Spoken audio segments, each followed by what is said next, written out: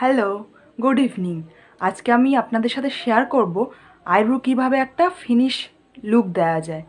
তো যে যে জিনিসগুলো লাগবে প্রথমে আগে সেগুলো দেখে নিই। প্রথমে লাগবে একটা পেন্সিল আইব্রোটাকে ড্র করার জন্য, যে জায়গাগুলো ফিল নেই সেগুলো ফিল করার জন্য। আর লাগবে একটা এরকম একটা ব্রাশ, আর লাগবে একটা ব্লেন্ডার, আর লাগবে একটা ফাউন্ডেশন, আমার কাছে এলিটিনের আছে, আর লাগবে একটা এই যে মাস্কারা ব্রাশ। তো চলুন এবার স্টার্ট করা যাক। Let's start. At first pencil দিয়ে গ্যাপ জায়গাগুলোকে ফিল আপ করে নেব ঠিক এইভাবে।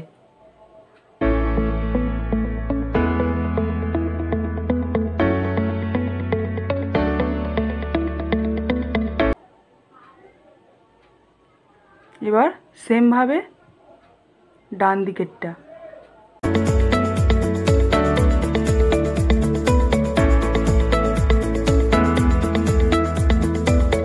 ব্যাস, পেন্সিলের কাজ শেষ।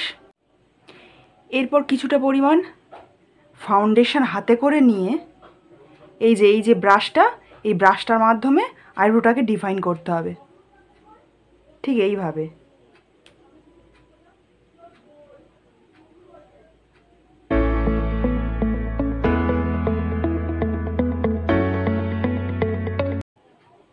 কারোর যদি কালারটা বেশি ডার্ক হয়ে যায়, শিনচ্যানের মতো দেখতে লাগে, তাহলে তারও বিকল্প রাস্তা আমার কাছে আছে। সেটা হলো কিছুটা পাউডার দিয়ে, আর এই যে ব্রাশটা দেখিয়েছিলাম এইটা দিয়ে হালকা করে ব্রাশ করে দিলে ওই যে ডার্কটা দেখায় সেটা আস্তে আস্তে হালকা হয়ে যাবে। তো আমি দেখাচ্ছি, আমি ওই কারণে বেশি ডার্ক করেছি। আগে ডিফাইন করে নিই, তারপরে দেখাবো।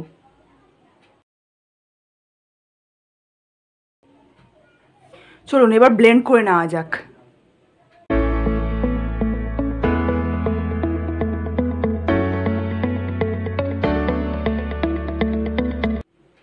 তো আমি ব্লেন্ড করে নিয়েছি।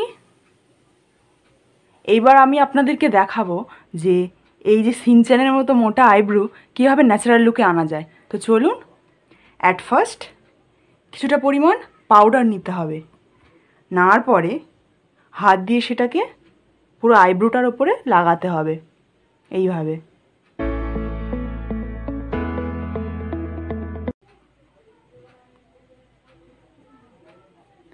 এরপরে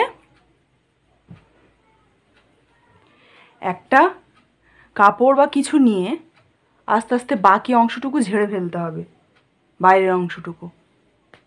তারপরে এরপরে যে মাস্কারা ব্রাশটা দেখিয়েছিলাম সেটা দিয়ে আস্তে আস্তে এটাকে ব্রাশ করতে হবে। দেখবেন ব্রাশ করতে করতে দেখবেন আইব্রোটা আস্তে আস্তে ডিফাইন হচ্ছে, যেটা পাউডারের ভিতরে অনেকটা ঢাকা পড়ে গেছিলো।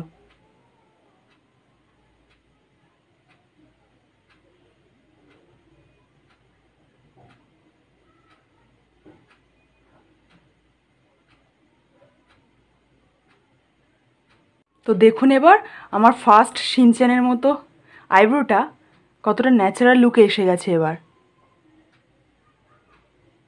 চলুন এবার ফাইনাল লুক দেখা যাক। এই আমার আজকের final look. Like, share and subscribe অবশ্যই করবেন যদি ভালো লেগে থাকে এই ভিডিওটা।